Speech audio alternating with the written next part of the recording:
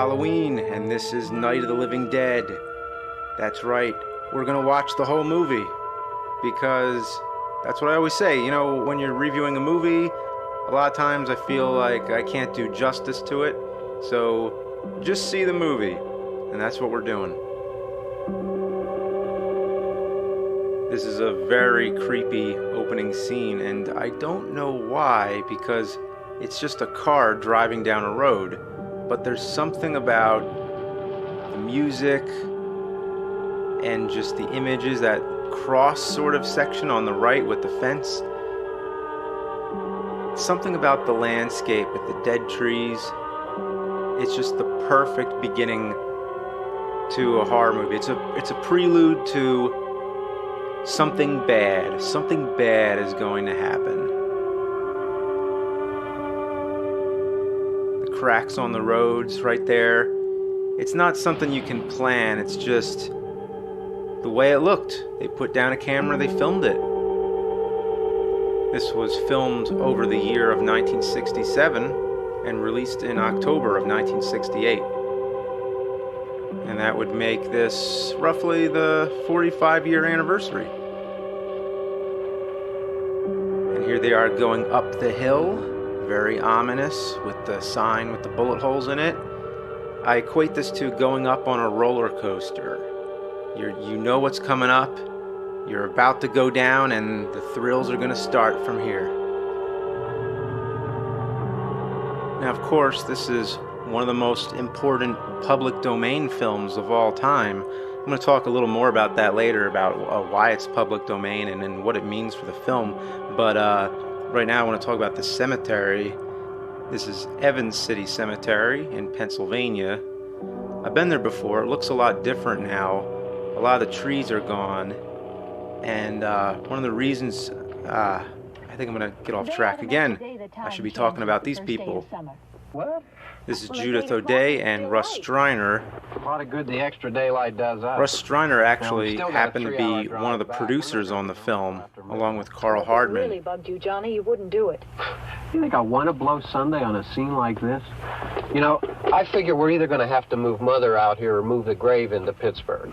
So the dead is already an inconvenience. And that's what I think is so great about how the scene begins. It's just a brother and sister bickering.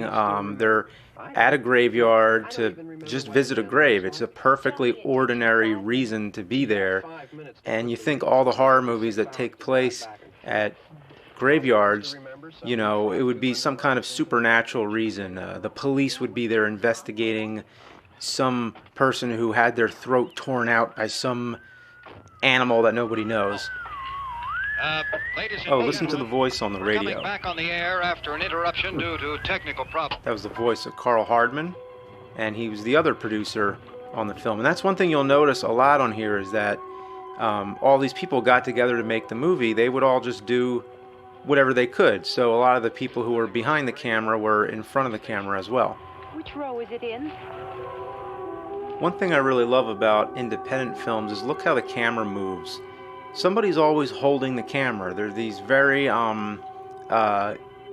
neat little moves. They're very simple, and I don't know why. I guess because I grew up making home movies, I'm so used to that kind of camera movement. The thing is, with bigger budget movies, it's always got to be a dolly. It's always got to be a crane. You always get these perfect, smooth camera movements, or they go for a deliberate handheld shakiness that they do all the time. But what strikes me about this movie is that it's very real, very realistic. And by the way, they're visiting a grave here. It is a real grave. So whoever's grave it is, actually, I looked it up. It's a guy named Nicholas Kramer. In fact, I visited the grave myself, so I've seen it. And it's kind of funny if you think about it, that this person is in some way immortalized in a classic horror film.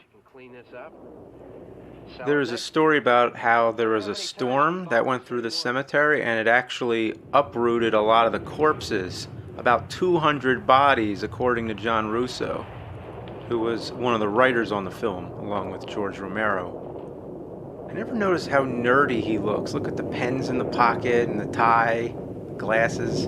Hey, come on, Barb. Church was this morning, huh? Sorry, God. That's one of the riff tracks jokes in the movie.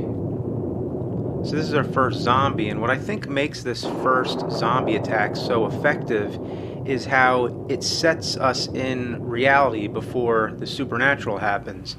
This isn't a foggy, surreal cemetery where you'd expect to see the Wolfman prowling around. It's just ordinary cemetery, ordinary people doing ordinary things, and then stuff happens. Do you remember one time when we were small, we were out here? It was from right over there. I jumped out at you from behind the tree, and Grandpa got all excited, and he shook his fist at me, and he said, "Boy, you be damned to hell." It's a really good old man impression. Well, you used to really be scared here. Johnny, Hey, you're still afraid. stop it now. I mean it. Famous movie line. They're coming to get you, Barbara. Stop it. You're ignorant. They're coming for you, Barbara. He takes it really far. Acting like a child. They're coming for you. Look, there comes one of them now. He'll hear you. Here he comes now. I'm getting out of here. Johnny.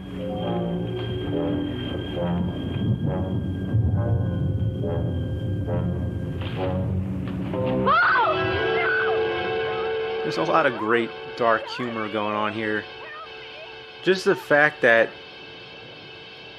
what luck that it just turned out that that guy actually is coming to get her, and how they don't have any explanation, you know, what is going on here. They don't have time. It's too urgent for anyone to, you know, stand around and say, "Oh, what is this? Is this a, you know, a zombie or what?" If this was a monster movie in the 50s, there'd be an entire scene of scientists gathered around talking about what happened and explaining what the monster is. Here, we don't get any explanation whatsoever. Great shot right there. Notice how the camera angles are always slanted. The shot of him coming through the trees, I didn't have time to say it there, but it kind of reminded me of the scene in Frankenstein where the monster's coming through the trees. And speaking of Boris Karloff, Bill Heinzman, who played the zombie here, said that he thought later that, you know, thinking back, he may have subconsciously gotten the walk from Boris Karloff's role in the movie The Walking Dead from the 30s. And again, notice how the camera is always moving. George Romero is inside the car here holding the camera, and he gets the rock and he goes to smash it. Notice how the rock goes into the car. That was an accident. He almost hit George Romero and the camera. And yes, the zombies are fairly intelligent. They you know, use things as weapons. That's how it started, but I think a lot of movies have tended to dumb the zombies down more. There were 2 shooting days here in the cemetery, and in between those days, the car got into an accident and dented the left side, so they didn't show the left side of the car until here, where she hits a tree, and now they show the dent, so they kind of worked it to their advantage to make it seem like it was intentional. There's a lot of great spatial movement within these shots, like how the zombie goes from screen right to left, and she's running from right to left here. And right here, George Romero is in the back seat of a truck with the camera, so they're actually driving it here. So this is kind of the closest you'd get to some kind of dolly. But independent films are just more creative, I think. They just use what they have. That house right there, which would be ground zero for horror fans if the house still stood today, but this house, they actually knocked it down after they filmed, and that's also the reason they filmed there, because they were going to knock it down anyway. And that's another thing, you know, with independent films always being resourceful. You know, she's tripping a lot here. A lot of people criticize this. Oh, by the way, notice there's a little cellar door there. That might be interesting to note later on, but you know, this zombie's very slow moving, and you know, it just has this very hokey kind of feel to it, and I think that's one of the film's strengths, that it starts off so hokey. By the way, I love the lighting in these scenes here. I love when the light makes shapes and when the outer edges of the frame are dark. It's always, you know, a favorite of mine. But anyway, the hokiness, I think, just makes the rest of the film so much stronger because you don't expect it to get so serious. So here we have just a woman walking around in a dark house. It's, you know, there's nothing more to it, and that's what's so great about the horror genre, is that it's a genre that can build on nothing. Horror film is all about the darkness, the negative space, just the absence of something happening, and that's where, you know, it's up to us to fill it in with our imagination. Every horror film today owes something to Night of the Living Dead. It completely changed the genre. There's something about it that's just very familiar when you see newer horror movies. Even simple things like animal heads on the wall, you'd see in movies like Evil Dead. That music. There's nothing subtle about the music. It's very old school. It has the feel of an old classic horror movie.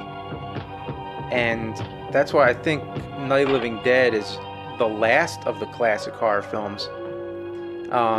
Even though it was made in 1968, it's shot in black and white, mostly for economic reasons because black and white film was a lot cheaper. But it just feels like it's a lot older than it really is. There were, of course, older movies that influenced Night of the Living Dead, like Carnival of Souls and Last Man on Earth, which both happen to be public domain as well. It was also inspired a lot by the EC comics. And there were zombie movies before it, like Plan 9 from Outer Space. You're probably wondering, why did I mention that, of all things? But look at how it's night right now. It is obviously night when it was day, you know, just before. So that's something that happens a lot in Plan 9 from Outer Space, but, you know, people don't talk about it in Night of the Living Dead as much. There was White Zombie. There were tons of zombie movies before this, but this was the first one where the zombies eat flesh. Such a great moment. This part of the movie, it just makes you feel like it has such a nightmarish quality. Like we're inside Barbara's brain. Like we're really in her perspective. We feel her dementia. But now we're, you know, being introduced to another character named Ben, played by Dwayne Jones. And this is where we start to get some company. So now we don't feel so much like we're stuck with this one character. Now we kind of have Ben to latch on to. So the movie really changes gears. Dwayne Jones was the star of the film, and the cultural significance here can't be ignored. I'm a film buff, but you don't have to be an expert on American history to know that there was a lot of racial tension going on at the time, and Dwayne was hired for the role because he was the best actor who auditioned, and he just happened to be the first black man to star in a horror film. Dwayne said that they should have played it up more, that the black man has a history of being discriminated against and that his character would be angry. And I wish Dwayne was still around today to explain more of what kind of subtext he felt his character had. But it was George Romero who said that they shouldn't address it, that by not playing it up, he felt that they were being more progressive and hip. But in more recent interviews, he said that he kind of regrets it, that they should have listened to Dwayne. But either way, intentional or not, you can analyze the film, and there is some subtext there.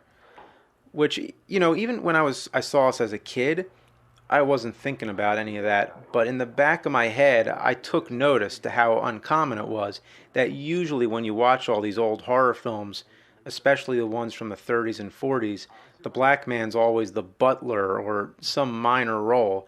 And for that reason, this movie seemed a lot more real and a lot more genuine to me. But little did I know, this marked a cultural revolution, that we saw a whole genre in the 70s called the blaxploitation genre, movies like Shaft and Dolomite. So Night of the Living Dead was at the forefront of all that. There's an interview with Dwayne on the 40th anniversary DVD, but it's an audio interview and it's very short. And he doesn't say very much other than the whole time he just talks about how he's sick of the movie, basically. I mean, how he doesn't want it interpreted like he doesn't feel appreciative of it, but he just felt that over the years, so many people ask him questions about the film that he just is tired of it. And also about how he never watched any of the sequels. So it was a very sort of, I mean, I don't know how to say. I mean, I wouldn't say bitter, but it was just very, like, a very uninterested interview, and it didn't say anything about the film or anything, of interest, really. One of the best quotes I've ever heard about this movie is, "Its flaws are budgetary, but its virtues are visionary." It has such a strong, surreal tone.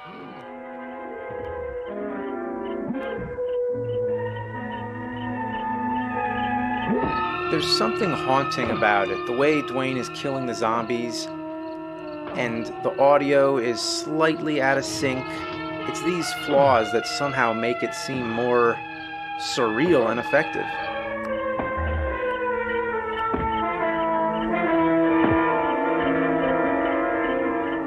And right here, as this zombie shows up and his face is completely obscured in darkness, and then he steps into the light here. Great little moments. Really strong contrast. There's always darks and lights. They probably just lit it with whatever they could. I mean, those might be car lights right there. Who knows? It had a very low budget, $114,000, which is probably mostly film stock, of that time. So that's really cheap, especially for a horror film. It was just a bunch of regular guys getting together to make a movie. Like right there, that's John Russo. That's one of the writers. And, like I said before, how the people who were behind the camera would always be in front of the camera as well. These people all had day jobs. They would work on commercials, and then when they'd have a break from the commercials, they would go and work on the film a little bit. So they were going back and forth between this movie and their day jobs a lot.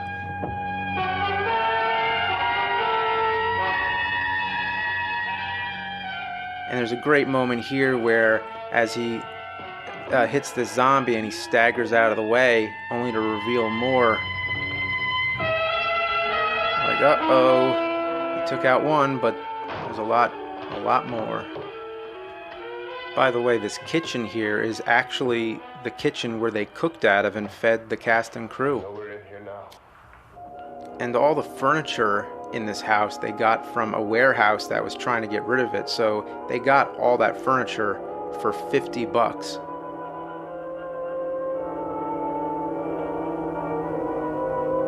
Don't look at it. Why not? It was kind of creepy, by the way, how that zombie's eyes were moving around.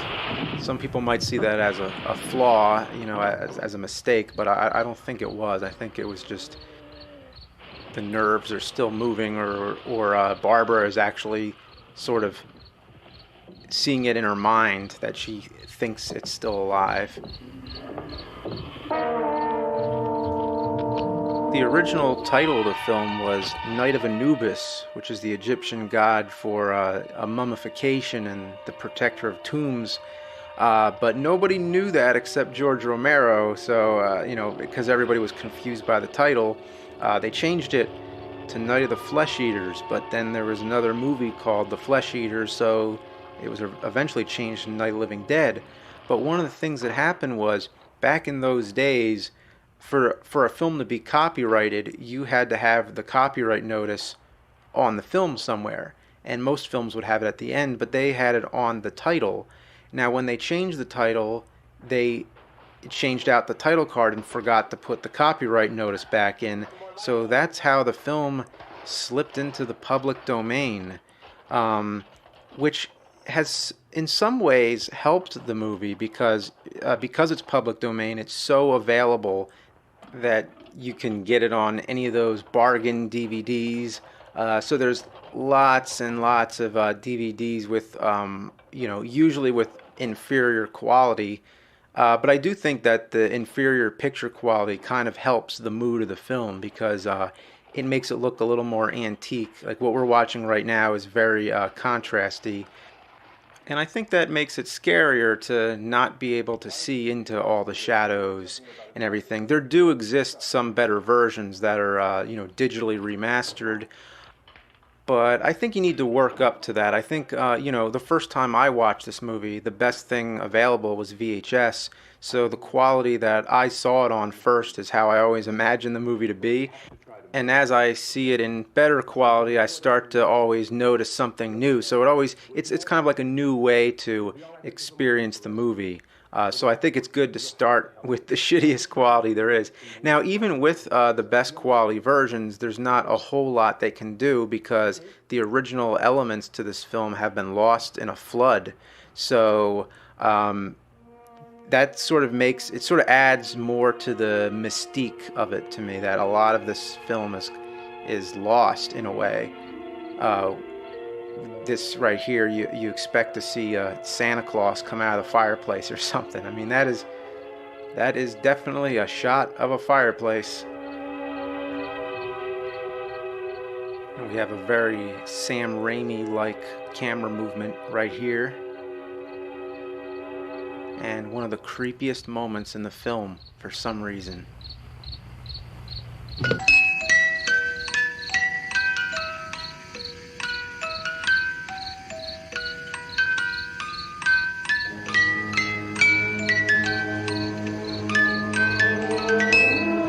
The way that music box closes on her eyes, something about it, it's one of the most memorable moments from the movie.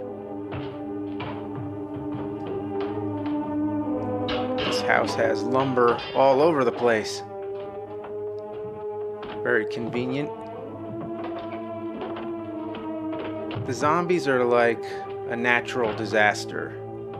And when he boards up the windows, it's kind of like preparing for a hurricane.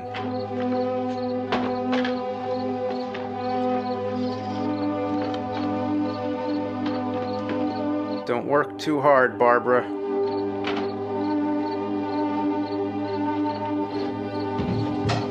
Hopefully everybody's seen the movie without me talking over the whole thing. So if you're looking for the best version of Night of the Living Dead, the one I've seen so far that I recommend is the 40th anniversary DVD. It's really great. It has 2 different commentary tracks on it with George Romero and Russ Striner, John Russo, two separate tracks, but pretty much all the people who've been involved with the movie. And there's a good documentary on it called One for the Fire. There's been colorized versions of the movie, as well as the 1990 remake, which was shot in color, directed by Tom Savini.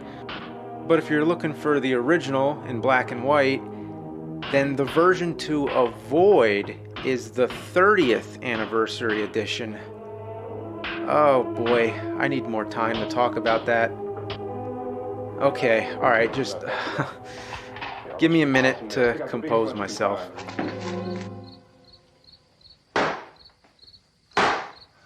Okay, so... this room looks pretty secure. Alright, well there's been many re-edits of Night of the Living Dead. I mean, it's pretty easy to find the original, but there's been certain, like, spoof versions. Like, of course, there's the Riff Tracks commentary, which is real funny. There's also a commentary that was done a long time ago, which was called Night of the day of the dawn of the son of the bride of the return of the revenge of the terror of the attack of the evil mutant alien flesh-eating hellbound zombified living dead part 2. Which was, it was kind of like riff tracks before riff tracks where they like redubbed the whole movie. But there's the 30th anniversary edition now, which was basically the original filmmakers. Not all of them. George Romero wasn't involved. I think it was John Russo who did basically what George Lucas did to Star Wars. It's basically the horror movie equivalent of that. And they added new scenes in the movie. I think one of the reasons they did it was to try and get the copyright back on the film, like to make a new film out of it. They could copyright that, which worked for that. And it's really a shame how all these guys who made this movie didn't see a dime out of it. But it's one of those double-edged sword kind of things. Like, it gave the movie popularity, and lots of people have seen it because of, a public domain has sort of helped it in some ways. With independent filmmaking, you gotta kind of do something for free first before you get noticed. You get noticed, and then, you learn from your mistakes and you move on. But anyway, the 30th anniversary edition, I think, was an interesting idea. I think it was a very interesting idea to go back and add scenes into a movie that had already been shot. For example, they get Bill Heinzman back in the role of the original zombie 30 years later, and they show how he escapes from his coffin. So I think it's real creative what they've done. There's added shots of more zombies walking around, and they did the best they could to make it match with the film. But what went wrong was actually two things, which stemmed from one person. One is the music. They took out all this great music. They somehow dubbed over it with this horrible music I can't even describe. And the composer of that music also plays a part in the film as a priest. And these scenes of this priest go on and on and on and on.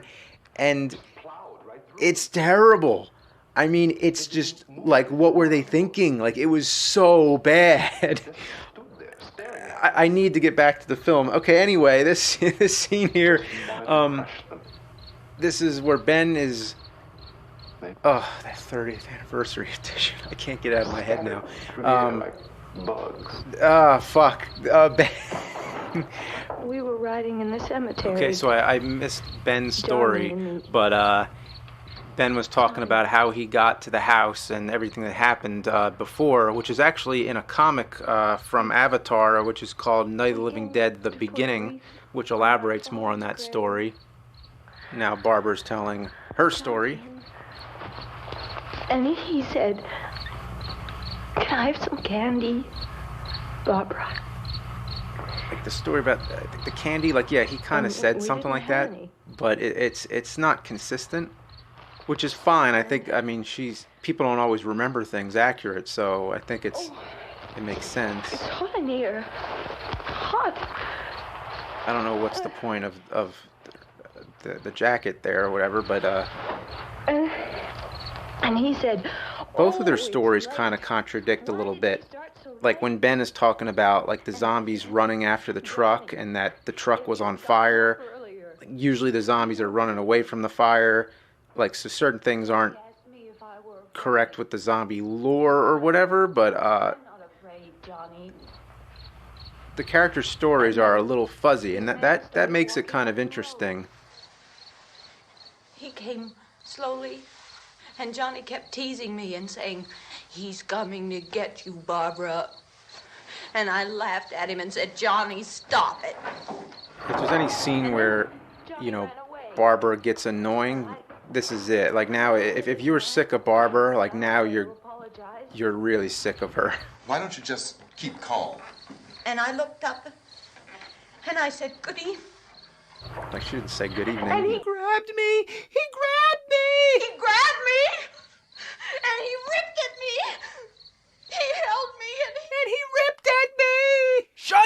fuck up! Yeah, it's like now you're just like, shut up.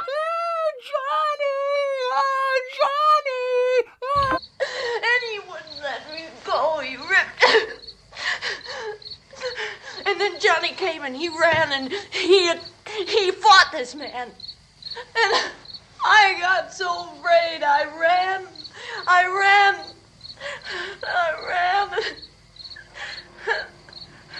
And Johnny didn't come.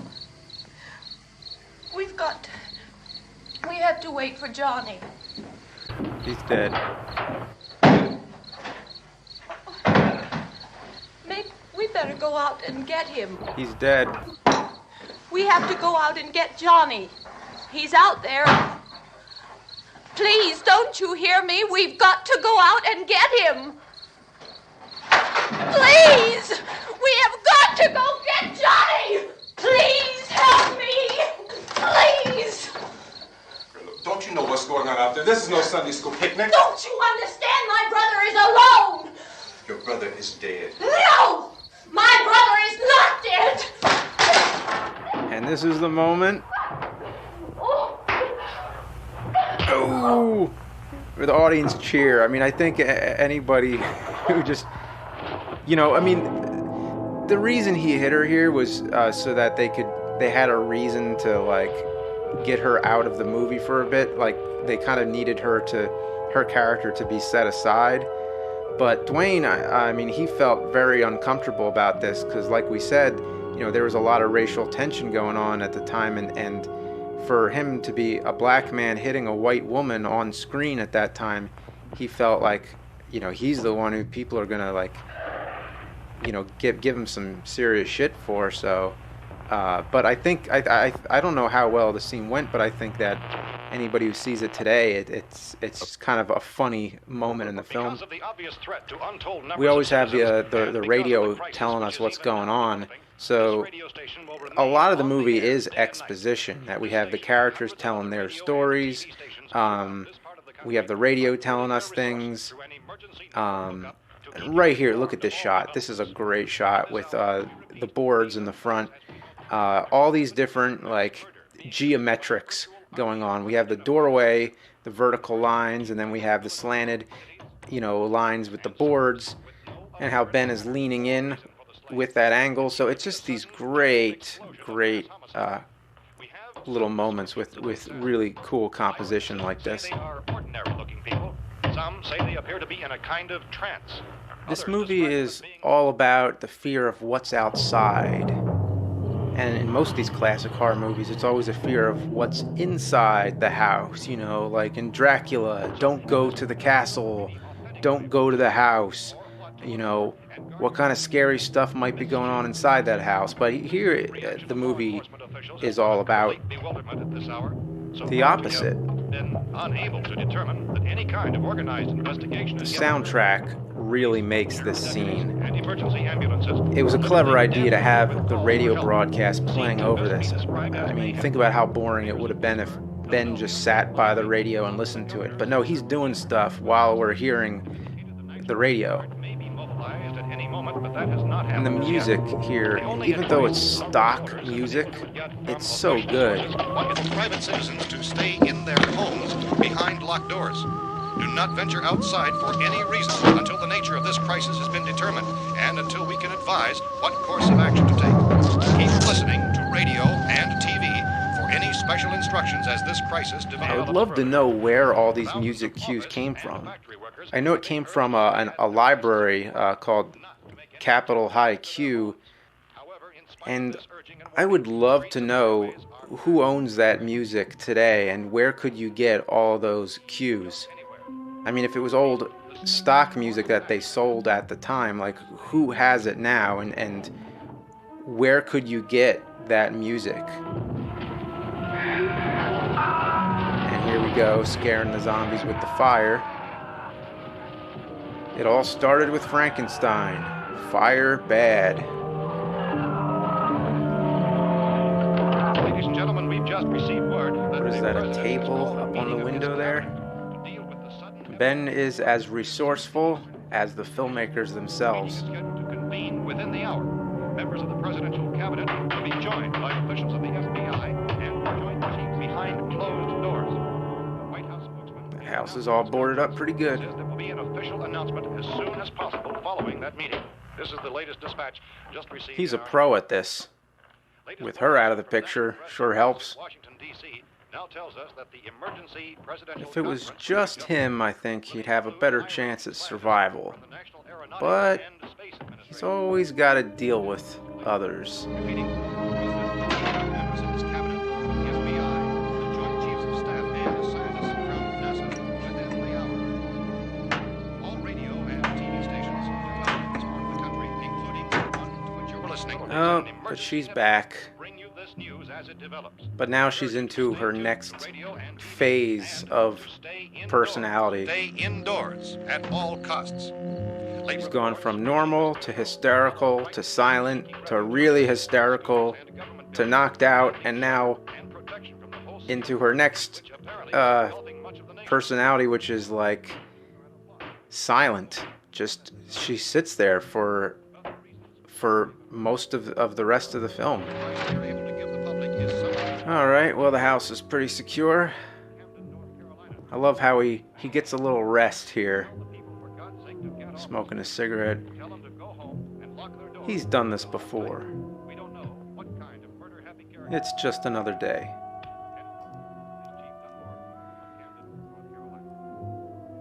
Yeah, I feel like it's that part in the commentary where it's probably my break too, to just sit back.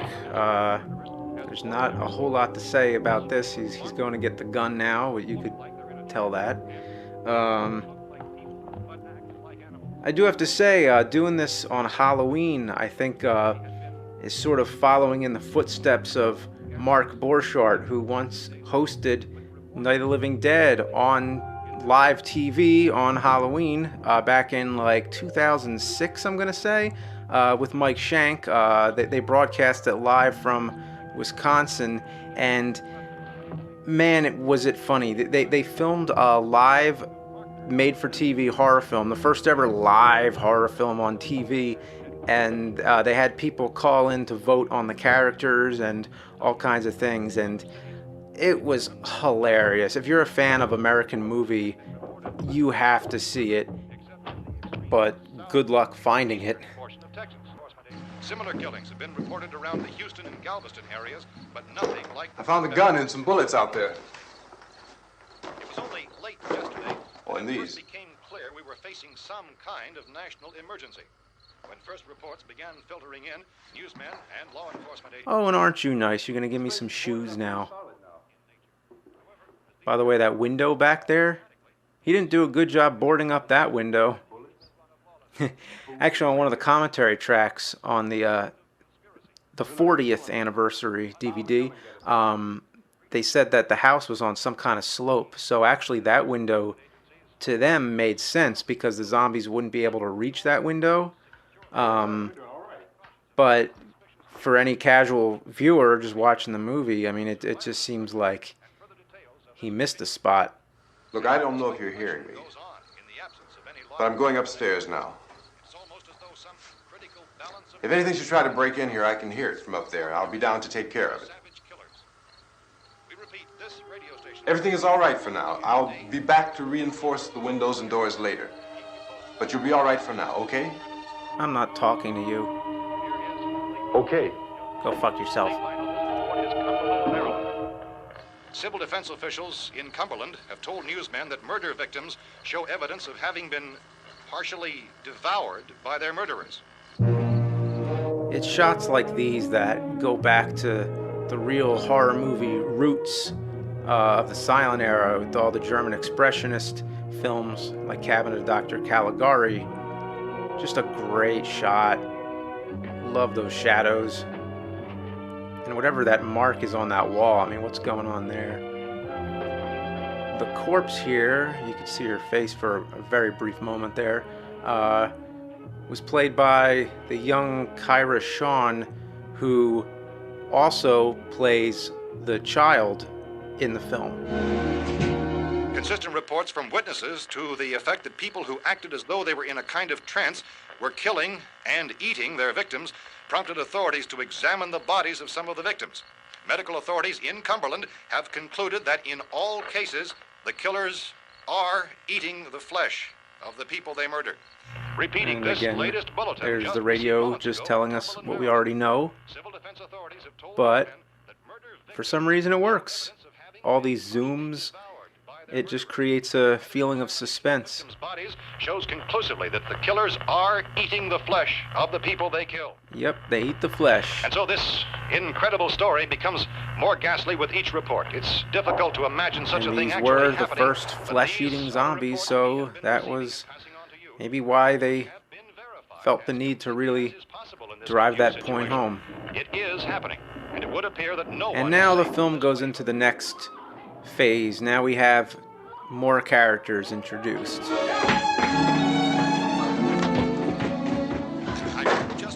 Hold it! Don't shoot! We're from town. A radio. County, Pennsylvania. The Butler County Sheriff has verified that reports of murder victims. Ben really has his hands full now. He's got this crazy woman and now a guy who he can't agree with the survival tactics. Although, well, one of them's right, I think, but we'll find out by the end of the film. That girl was screaming. Sure, you must know what a girl screaming sounds like. Those things don't make any noise. Anybody would know somebody ever needed help. Look, it's kind of hard to hear what's going on from down there. We thought we could hear screams, but for all we knew, that could have meant those things were in the house afterward. And you wouldn't come up and help. Well, if there were more of The them. racket sounded like the place was being ripped apart. How were we supposed to know what was going on? Now, wait a minute. You just got finished saying you couldn't hear from down there. Now you say it sounded like the place was being ripped apart. It would be nice if you get your story straight, man. All right, now you tell me. People just can't work together. Kind of a chance when we got a safe It's like in the Twilight Zone episode, The Shelter. We got to risk our lives just because somebody might need help, huh?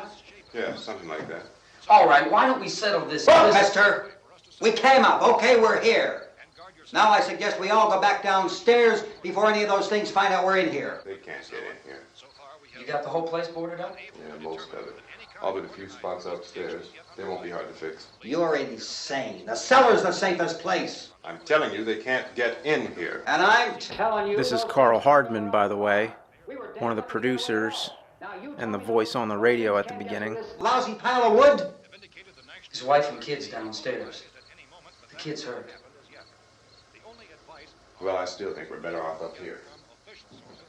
We could strengthen everything up, Mr. Cooper. With all of us working, we could fix this place up in no time. We have everything we need up here. We can take all that stuff downstairs with us. Man, you're really crazy, you know that? You got 1,000,000 windows up here. All these windows, you're gonna make them strong enough to keep these things out, huh? I told you those things don't have any strength. I smashed 3 of them and pushed another one out the door. Did you hear me when I told you they turned over our car? Oh, hell, any good 5 men can do that. That's my point. Only there's not going to be 5 or even 10. There's going to be 20, 30, maybe 100 of those things. And as soon as they know we're here, this place is going to be crawling with them. Well, Both of these guys have good points. And I think that's where this film starts to get really good, is where the drama starts and you start to actually start thinking about what would you do if you were in this situation and who would you trust. But up here, all these windows, why, we'd never know where they were going to hit us next. You got a point, Mr. Cooper. But down in the cellar, there's no place to run to. I mean, if they did get in, there'd be no back exit. We'd be done for. We can get out of here if we have to. And we got windows to see what's going on outside. But down there with no windows, if a rescue party did come, we wouldn't even know it. But the cellar is the strongest place. The cellar is a death trap. When I showed this to some friends of mine when I was a kid, we had conversations about what would you do? Would you go in the basement or would you stay upstairs? And that's really great when you can start to forget that you're just watching a movie. You start pretending that it's a real scenario. And again, no matter what happens. Now, wait a minute, Mr. Cooper. No, I'm not going to wait. I've made my decision, now you make yours. Now, wait a minute. Let's think about this. We can make it to the cellar if we have to. And if we do decide to stay down there, we'll need some things from up here. So let's at least consider this a while. If you box yourself in this cellar and those things get in the house, you've had it. At least up here you have a fighting chance. And there's the zombies, which, you know, the word zombie, we use it all the time nowadays. You know, it applies to the genre of films, but back then, a zombie meant the kind of slave zombie from the voodoo culture. Not dead people rising from the grounds, but just normal people under some kind of influence. They don't use the word zombie anywhere in this movie. Although they do use the term ghoul, I think, later on, but technically it's not accurate because a ghoul is more like a creature who feeds on dead things, and they feed on living. Oh, right there, a squib, which is a little explosive to simulate a gunshot. Squibs weren't used that often before Night of the Living Dead. There was Bonnie and Clyde, which was the same year. That had one of the biggest shoot-'em-up scenes of all time. And then The Wild Bunch came out the year after this, which also had one hell of a shootout. So this right here is not the first, but one of the early examples of squibs. Great shot right there of all the zombies. And here we have a nude zombie. And it just makes the movie seem so much more realistic that these people would be wearing whatever they were wearing when they died. So they're all in robes or whatever. And this right here is the same actress as Helen Cooper later on, and that's supposedly is a real bug that she put in her mouth. Marilyn Eastman is her name, and you're going to see her again pretty soon. So it's just another example of recycling all the actresses in the film. Keep your hands up here. And everything else that's up here, too. Because if I stay up here, I'm fighting for everything up here. And the radio and the food is part of what I'm fighting for. Now, if you're going down the cellar, get. The man's insane. The basic laws of cinema is don't have anybody agree. If you had a movie where everybody agreed with each other, it wouldn't be that interesting. Yes or no, this is your last chance. It's all about conflict. Listen, I got a kid down there. She can't possibly. I couldn't bring her up here. She can't possibly take all the racket and those things smashing through the windows. Well, you're her father. How would people actually respond in this kind of situation? Who would know? But you can buy it.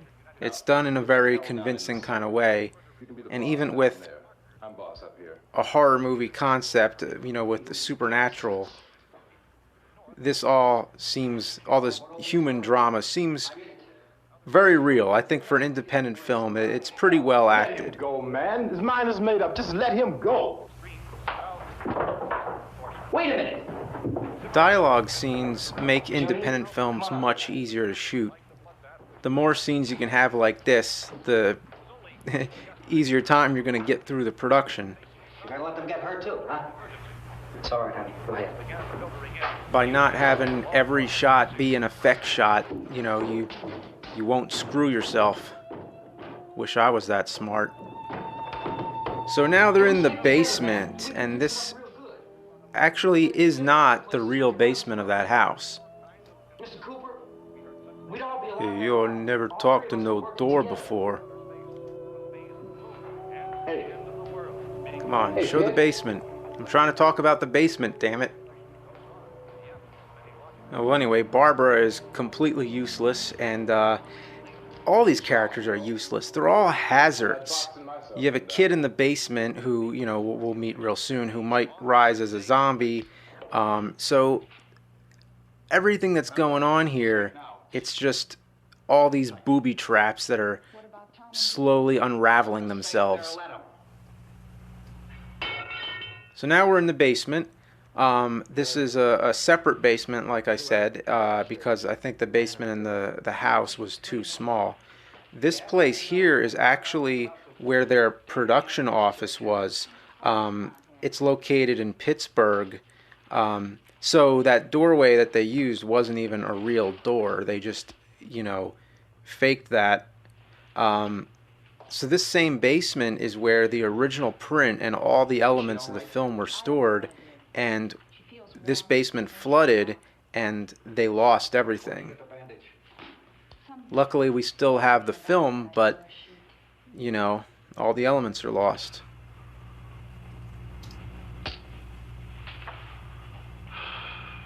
That's really good. Smoking around the daughter.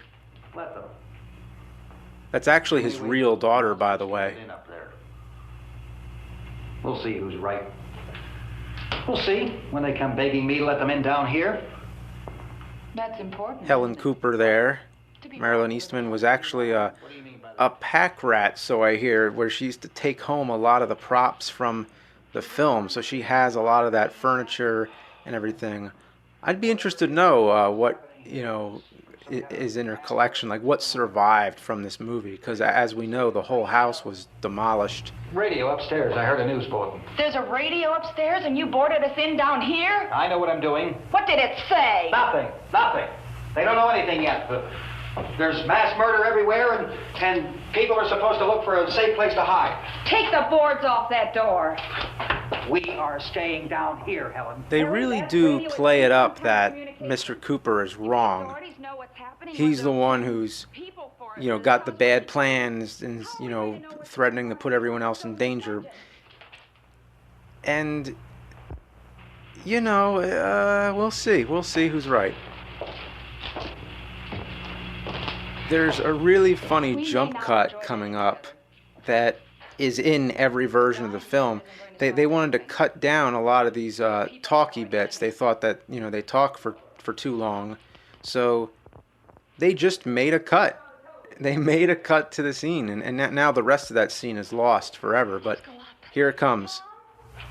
Yeah. Right there. If Judy would come downstairs for a few minutes. Jump cut, as if no one would notice. I guess they didn't have any cutaways. Will you do it? We have another Judith here in the middle. That's Judith Ridley, who was a receptionist for Carl Hardman and Marilyn Eastman, and that's how she got the part in the movie. Okay, open up. Compared to newer horror films, this is very tame. It is very slow at this point in the film.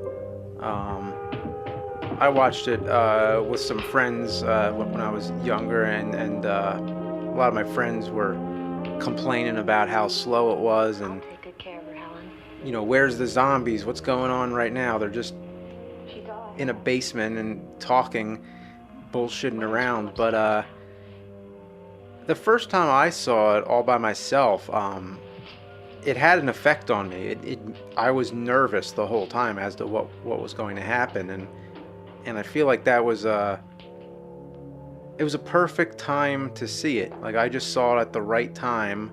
I hadn't seen a lot of newer horror films yet, so this movie actually was scary to me the first time I saw it. And Her brother was killed. you know, maybe I was lucky. I gotta go help Ben with the television.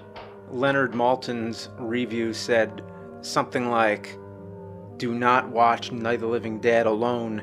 It will scare the life out of you." And that made me want to see it. I'm like, oh, what is this movie? And I was like, you know, scared, you know, like, oh, I shouldn't be watching this. And then it has a girl sucking on a doily on a couch. Yeah, this conversation's gonna go well. Yeah, this is awkward. Also, the composition is a little awkward if you want to nitpick. You see how their eye lines aren't really matching? Helen's kind of looking screen right, and Barbara's kind of looking at the camera, well, a little off camera. They're not really matching. Well, now she's gonna, like, yep, back to sucking on my doily. Ridiculous. Look at this. There's a million weak spots up here. Give me one of those.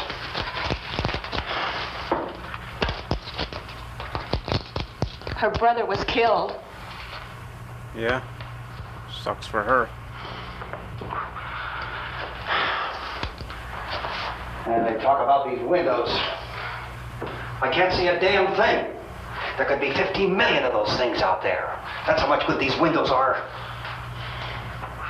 Is there a number? How many of the zombies? Oh, there's about 200 extras, so I've heard. I love this little detail here, the way they set up the TV. They just use 2 chairs.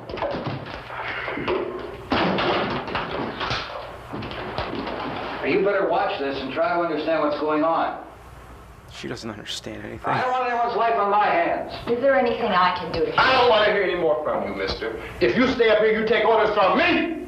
And that includes leaving the girl alone. It's on, it's on. There's no sound. Play with the rabbit ears. Reports, incredible as they seem, are not the results of mass hysteria. Mass hysteria. What do they think? We're imagining all this? Shut up! Shut up. It's like a sitcom now. Which is sweeping the eastern third of the nation is being committed by creatures who feast upon the flesh of their victims. So now that they're showing news broadcasts, now it feels like this whole thing it's an epidemic. It's bigger than, you know, what we're seeing. Like, it's happening all over. And this adds to more of the realism of the movie. It feels very real, like they're watching some kind of natural disaster unfold. They had been partially devoured. Good close-ups of the people here. I love the low angle right there. Interrupt to bring this to you. All right, get ready for more exposition. In a report from National Civil Defense Headquarters in Washington, it has been established that persons who have recently died have been returning to life and committing acts of murder. A widespread investigation of reports from funeral homes, morgues, and hospitals has concluded that the unburied dead are coming back to life and seeking human victims. Yep. It's hard for us here to believe what we're reporting to you, but it does seem to be a fact. I like how he adds that, how it's like, you know, this is really hard to believe. We know that. I feel like that's what somebody would have to say in this situation. Well, that situation has now changed, and we're able to report a definite course of action for you. Civil defense machinery has been organized to provide rescue. These news broadcasts do go on very long, but I never really minded it because I feel like it puts you in the character's perspective where they're watching the TV, you're watching the TV, and you start listening to it and, you know. There's one thing, though, that we're waiting to hear that is why the dead are rising. It's never been important in the movie, but they are about to give it an explanation, but nobody takes it at face value. The fans of the film prefer that it's a mystery still. Why are space experts being consulted about an Earth-bound emergency? So far, all the betting on the answer to that question centers on the recent Explorer satellite shot to Venus. That satellite, you'll recall, started back to Earth, but never got here.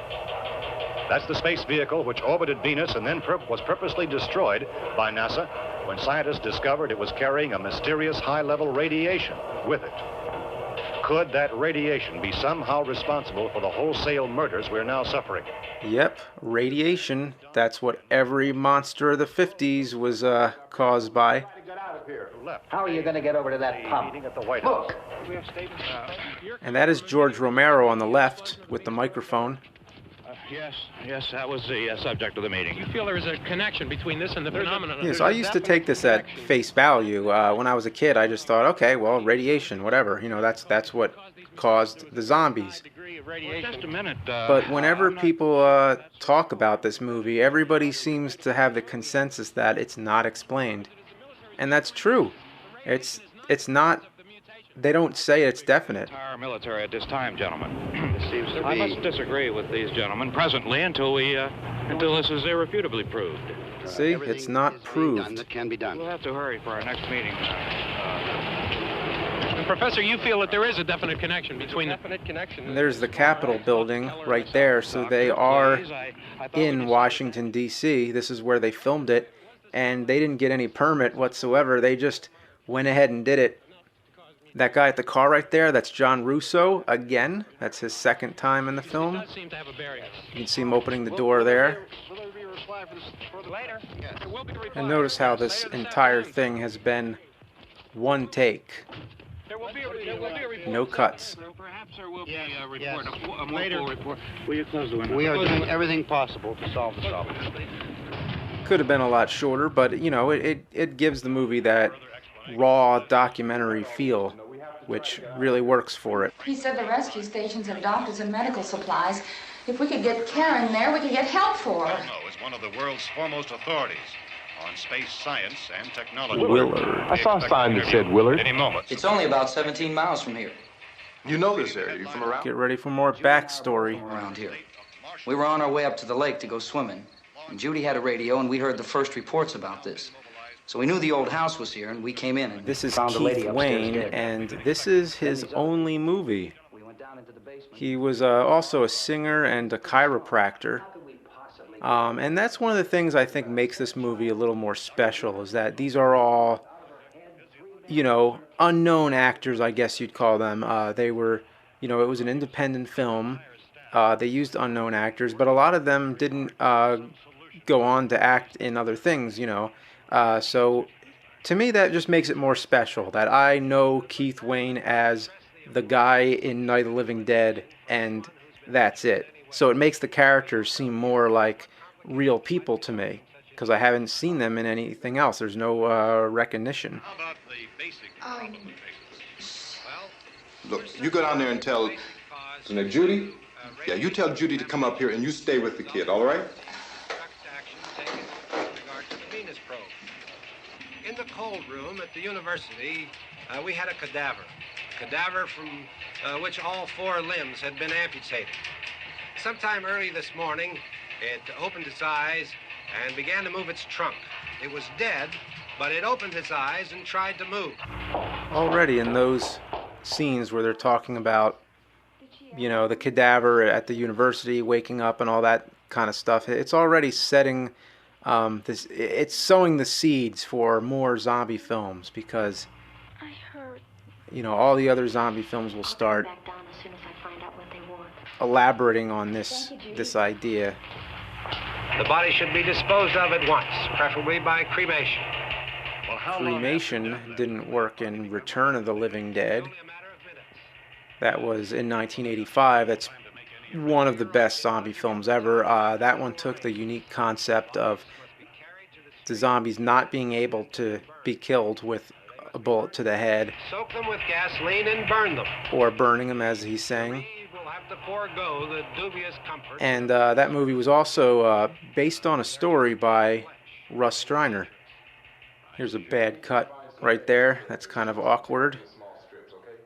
And that's only because I've been staring at the movie for so long. So, hold him up while we try to escape. Hey, there's a big can of kerosene down there. I'll see what I can find. I'll look for the bottles. There's a big key ring down there. There may be a key to the gas pump on it. I'll check. We can toss the cocktails from a window upstairs. Meantime, a couple of us can go out and try to get the gas and come back for the rest of the people. But that'll leave a door open someplace. Yeah, that's right. It better be this door. It's closer to the truck. So they are starting to work together here. Supplies behind the cellar door. While we're gone, the rest of you can hold up in there. I found some fruit jars in the cellar. And there's a key on here that's labeled for the gas pump out there. Positive outlook on how the film could turn out. They could all work together, and with some good luck, they could all make it out alive. You're it then. You and I'll go. This could be seen as a throwback to the old dark house genre, which was an explosion of horror films in the early days, like the 20s and 30s, when every horror film was always about a bunch of strangers gathered together in an old house. After we get the gas and get back into the house. So Night of the Living Dead is very much rooted in all the horror genre and just brings everything together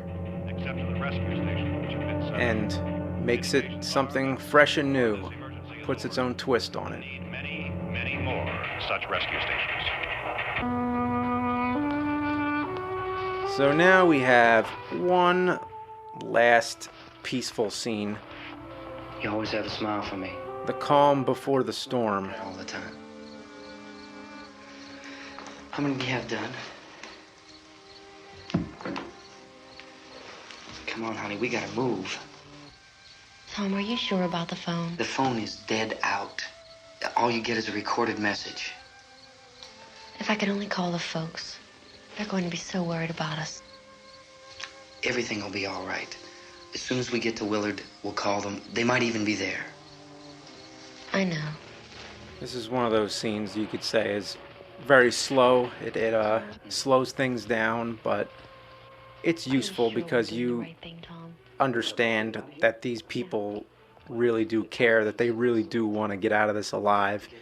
And now that you have this, then it makes the next scenes, it gives the following scenes more weight. I can handle that truck, and I can handle the pump.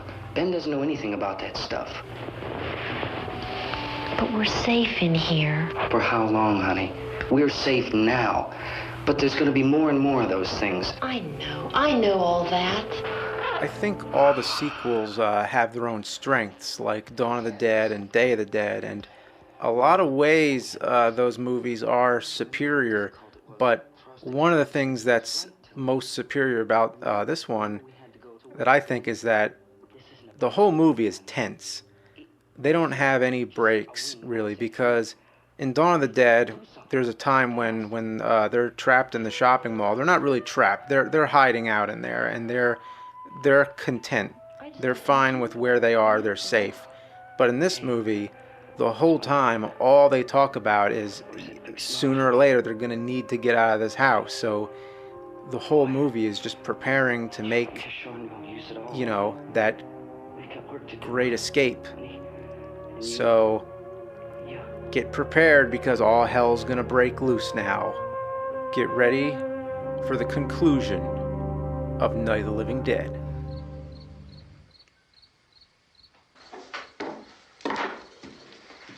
Night of the Living Dead was one of the first films to be added to the National Film Registry at the Library of Congress. She's right. You have to go downstairs now, just for a little while, until we get back. So it's definitely been recognized for its important place in film history. And it came right before all the exploitation films of the 70s, when everything was popular all at once. Martial arts films were popular. So Night of the Living Dead was kind of like the early version of a grindhouse film, but is also recognized for being great art. When he pulls the wood off here, you notice the markings on it right there?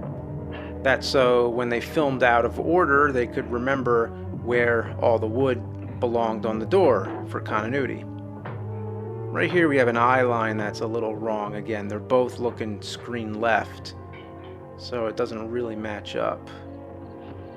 In film school, they talk about that all the time. It's called the 180-degree line. It's basically all about not crossing the line, not putting the camera on the other side. Here we have all the zombies again, and these people here, I wonder if only they would know how many VHS tape covers they would be on the front of. Because there are more releases of Night of the Living Dead than any other movie, I think. I can't think of anything that's been released as many times because of it being public domain. Oh, and we have John Russo coming up for the third time. He's the fire zombie. I think it's right after this cocktail here. Nope, we got one more. Boom. There he is. John Russo's been working on making a new zombie film called Escape of the Living Dead. Go ahead, go on. And here's where the shit hits the fan.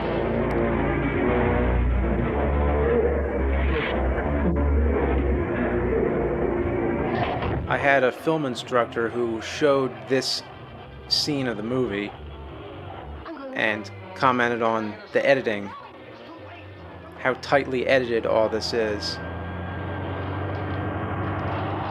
He shuts the door, she looks back. Oh crap. Well, as you're coming, come on. Get in.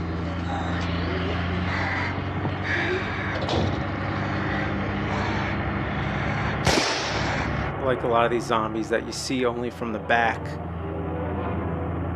They all have their own walks, their own characteristics.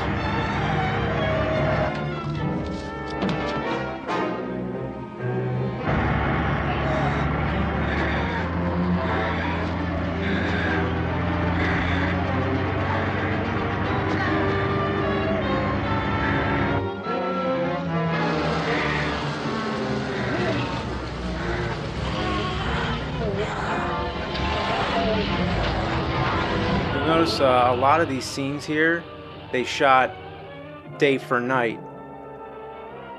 Day for night is when it's daytime, like right here, it's obviously day, but they're trying to make it look like night.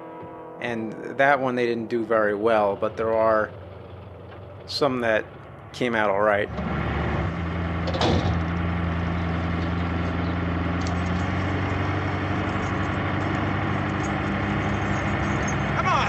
This key won't work. Watch it. Yes, he just shot a gas pump. Oh, crap.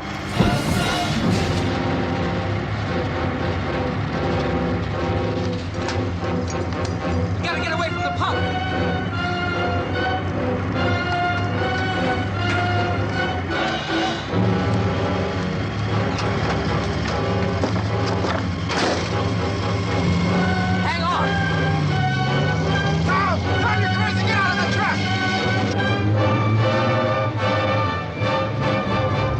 Very memorable image of Mr. Cooper looking through the window at the zombies, it seems, there. Let's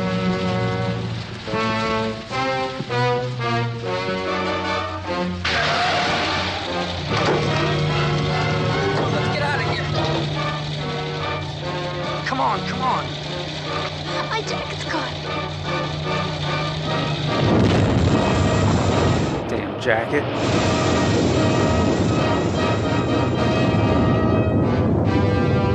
Now it seems it's the explosion that Mr. Cooper's looking at. A little inconsistent, but you know, it's a memorable image nevertheless.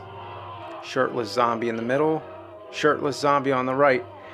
Those two shots were actually like a panorama almost. It was the same shot. If you would put them both together, you could make a panorama out of it.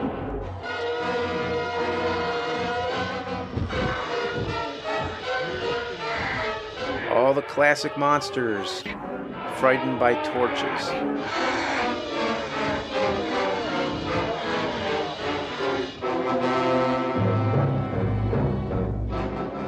Love this one here, through the trees.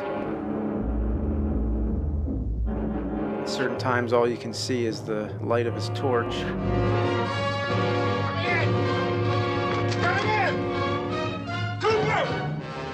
Let me in. It's an old cliche there. John Carpenter's Halloween did that trick too. Good stuff. Well, he's pretty pissed. I better help him out.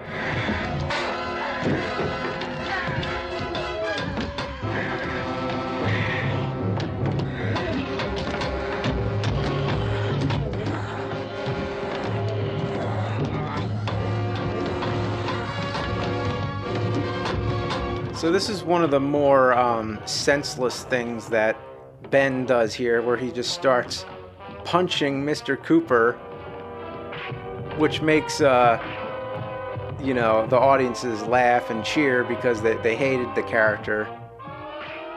But you know, what is it solving? At least he waited to, he even picks him up, he even picks him back up to punch him again. At least he waited to nail the door shut before he lost his control. They dragged you out there and beat you those things. And his expression is very zombie-like there, which kind of hints at what may come. And here comes one of the most memorable scenes of the film. This is the first time we see zombies eating people's guts. And even though it's in black and white, it's pretty shocking. I mean, when I was a young kid and I saw this, I was like, wow, they're eating their guts. one of the things that makes this movie so special to me is that it's that middle ground horror film. It's in between the black and white films and the gory color films. So I call it a cross between a chiller and a splatter flick. All these great moments. I like the one walking by with the arm in the background. Tom Savini could have been the makeup artist and effects man for this film because he knew George Romero at the time and he was going to do it, but he got called in to be a combat photographer in Vietnam, so he saw the real gore, he saw the real thing when he was there, so that may have helped his craft later on when he became the effects man for Dawn of the Dead and Day of the Dead. And Day of the Dead, by the way, I think is his greatest work as far as gore goes. I mean, that's amazing. 10 minutes. The MPAA rating system went into effect in 1968, the same year that Night of the Living Dead came out. So it's, you could credit this movie for contributing to that happening. There was also Bonnie and Clyde that same year. Night of the Living Dead was out before the rating system happened, so it was the last time when young people would go into a movie like this without any restrictions. Motel before dark. You said those things turned your car over. You think we can get it back on its wheels and drive it? Where is it? Seems like it was pretty far away. Seems like we ran. Forget it. You hit me. At least a mile. Johnny has the keys. She speaks. You gonna carry that child a mile through that army of things out there? I can carry the kid. What's wrong with her? How'd she get hurt? One of those things grabbed her. Bit her on the arm. What's wrong? Who knows what kind of disease those things carry? Is she conscious? Barely. She can't walk. She's too weak. Well, one of us could try to get to the car. You gonna turn it over by yourself? You can't start the car. Johnny has the keys. Bitch. You have a car? Where? Where is it? You won't be able to start it. Yeah, I know. Where is it? I got guts. Oh, it's that same nude zombie, by the way. They cut back and you see the same zombies a lot, but it makes sense. They've just been walking all around.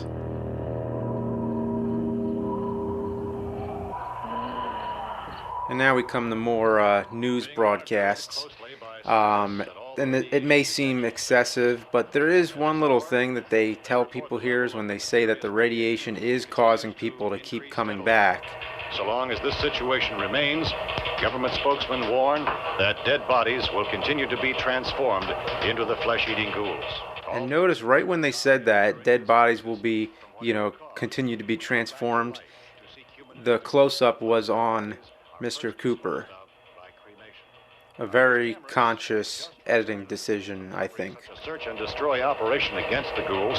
This one conducted by Sheriff Conan McClellan in Butler County, Pennsylvania. So now let's go to that film report. All law enforcement These parts are good. in the military have been organized. I like this. This is sort of the modern day equivalent of the classic horror films with the villagers with torches who are coming after the monsters. Like, this is how it would happen in real life today. Just a bunch of guys with guns going to, to stop the... And you kill the ghoul. The ghouls, as they call them there. I wonder if there's ever been a legitimate movie actually about a ghoul. A creature that robs graves to feed on the dead. How's everything going? Oh, things aren't going too bad. Men are taking it pretty good. This guy right here, he's the best with the bullets and everything. This is George Costanza. Well, we killed 19 of them today right in this area. Those last 3 we caught trying to claw their way into an abandoned shed. They must have thought somebody was in there. There wasn't. He's very natural. And the guy with the microphone here is he was actually a local horror host, Chilly Billy. If I were surrounded by 6 or 8 of these things, would I stand a chance with them? Well, there's no problem. If you had a gun, shoot him in the head. That's a sure way to kill him. If you don't, get yourself a club or a torch. Beat him or burn him. They go up pretty easy. Future zombie movies wouldn't need to explain all that, but this is the first of its kind. Well, that's pretty hard to say. We don't know how many. And this line coming up here is really great. It's one that he ad-libbed himself. Are they slow moving, Chief? Yeah, they're dead. They're all messed up. They're dead. They're all messed up. Great line. Very natural. We don't really know. We know we'll be into it most of the night, probably into the early morning. We're working our way toward Willard, and we'll team up with the National Guard over there, and then we'll be able to give them. It is interesting to note that it is daytime right now. It probably should be night. I always felt that this was recorded earlier, like it wasn't live, but I don't know. It doesn't really work out if you think about it too hard. But I never thought about it my first time watching the film. And now everything goes dark. This is when, you know, now we had a little break, but now we're moving into the real finale. Alarms are down. Helen, I have to get that gun. The lighting is great. How there's just little shafts of light where you can just barely see people's faces sometimes. Very creepy.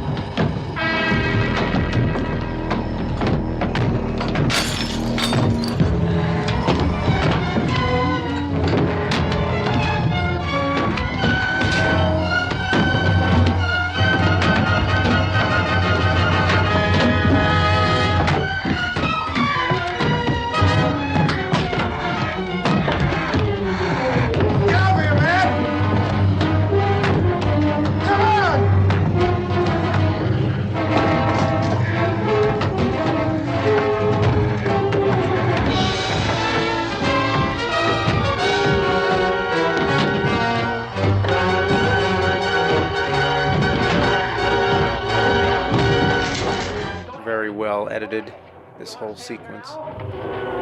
Helen, get this cover. I love how so many areas of the frame are dark.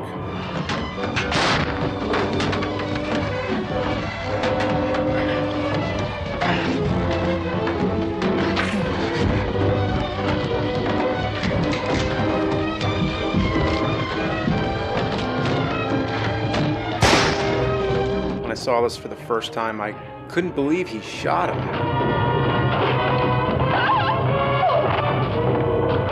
To me, it made him no more, worse than the zombies. But I guess the guy was too much trouble and had to take his life. It was worth it, I guess.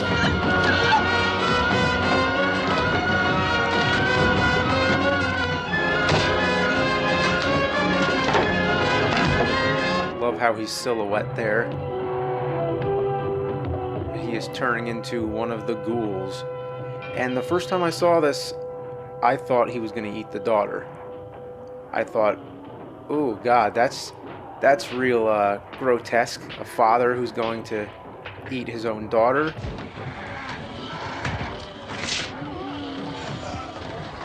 But that's not what happens.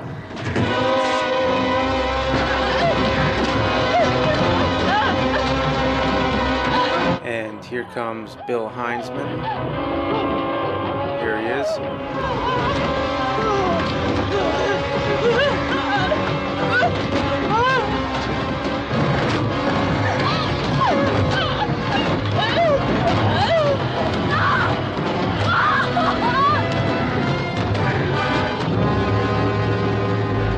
And it's the other way around. The daughter ate the father. And now, going for the mother, which is even worse. So it was an even worse idea than what I thought was going to happen. And now for the most shocking stabbing scene of its time, which really gave Psycho a run for its money.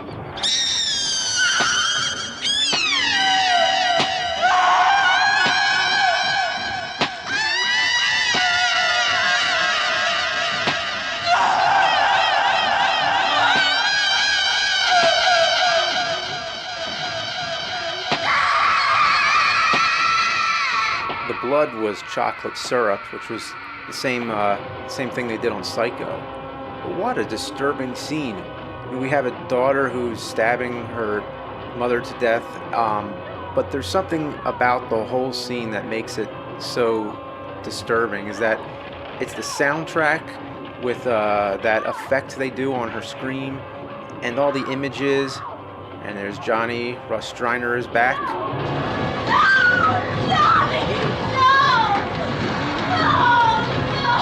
And just the images from that scene, it was just the close-ups of her face with her eyes like rolling back in her head, and the shadow of her stabbing with the blood coming down the wall.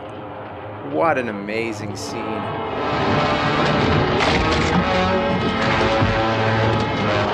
Bill Heinzman looking very Karloff-like.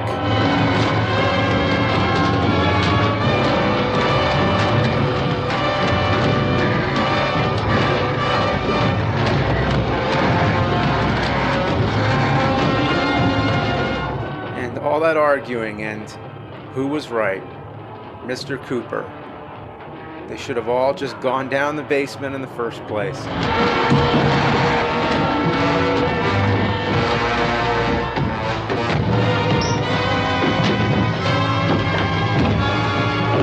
Very Karloff-like walk there, of course.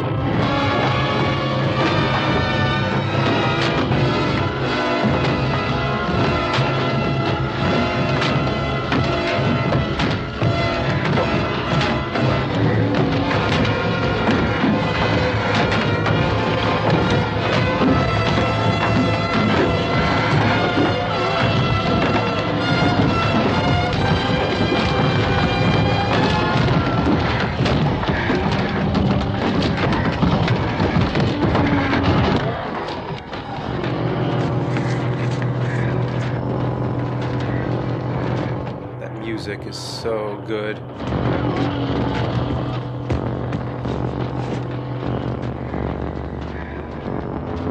Now right here, I think they sort of missed an opportunity.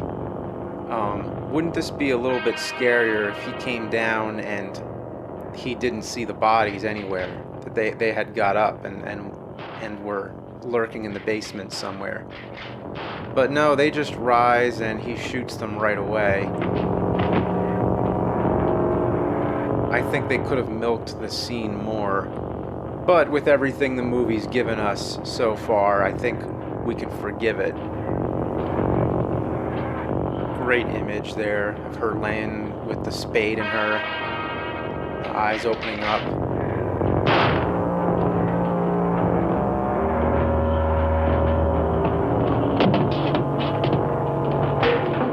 Great soundtrack that we can hear the zombies upstairs.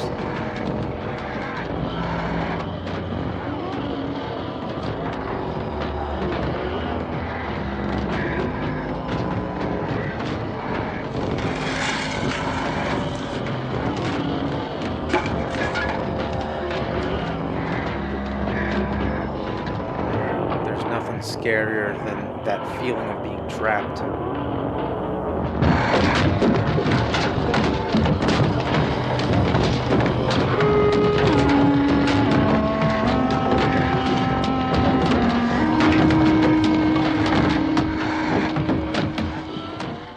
I love how the movie reached some sort of climax there, and now everything's peaceful. No matter what horrible things happen, life still goes on. Nature doesn't care.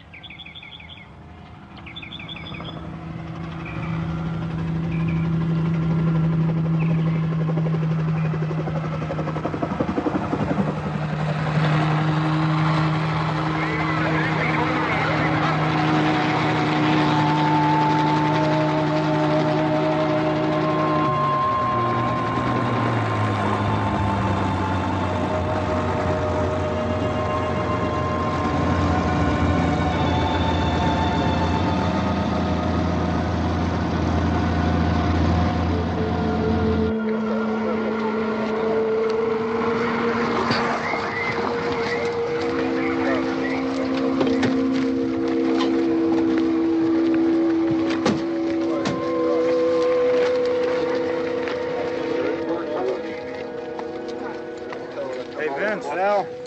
You want to get about 4 or 5 men and a couple dogs? There's a house over here behind those trees. We want to go check it out. Right. You stay here, Bill. Yeah, Chief, we're going to stay with it till we meet up with the National Guard. Where'd you get the coffee? One of the volunteers, you're doing all the work, you take it. Thank you. We should be wrapped up here about 3 or 4 more hours, and we'll probably get into Willard then. I guess you can go over there and meet the National Guard. You got a job to do. Just trying to get the job done. All right, Steve, tell him we're going to... Very convincing. Everything appears to be under control.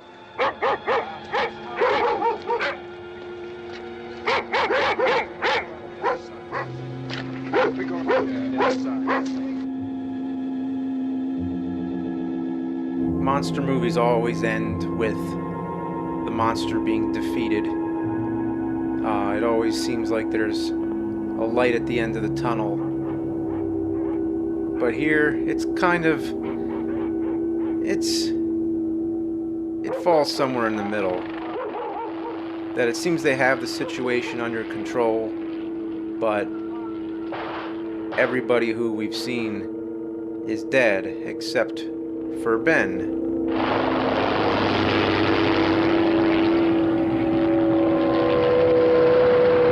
They need you down there by the barn. Okay.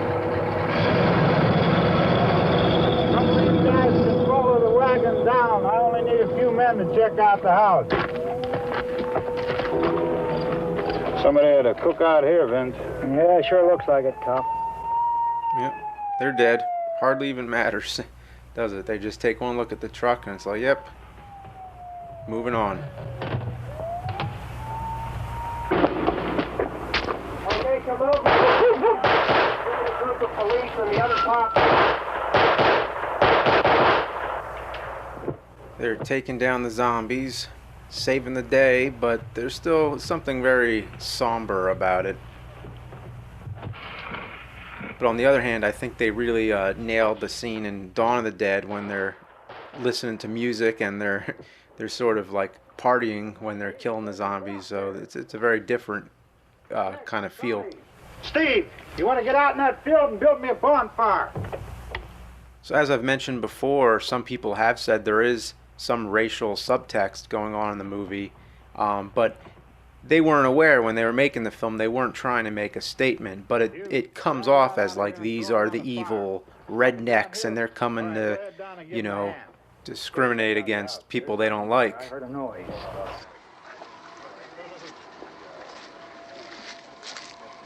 All right, Vince, hit him in the head, right between the eyes. Good shot.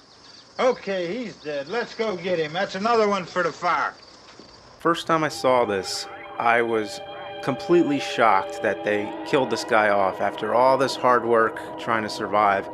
But imagine the filmmakers' shock when they were driving to New York with the first print of the film to try and get a distribution deal, and they heard the news on the radio that Martin Luther King had been shot. They tried to sell the movie to American International Pictures and Columbia, but the studios wanted them to change the ending and make it more upbeat and add a love story and all that, but they said no deal.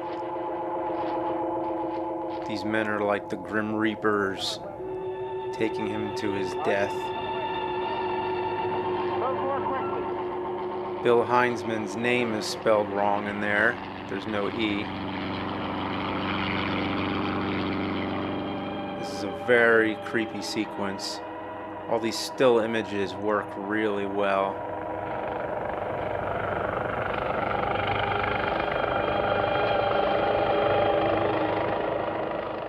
How depressing.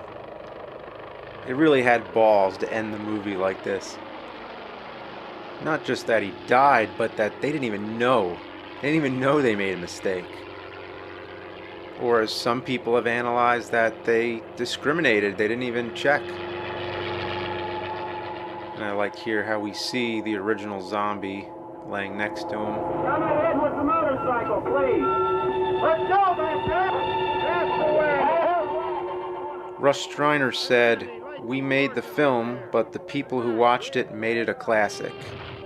And I hope I've played my part in helping to keep it a classic for the newer generations.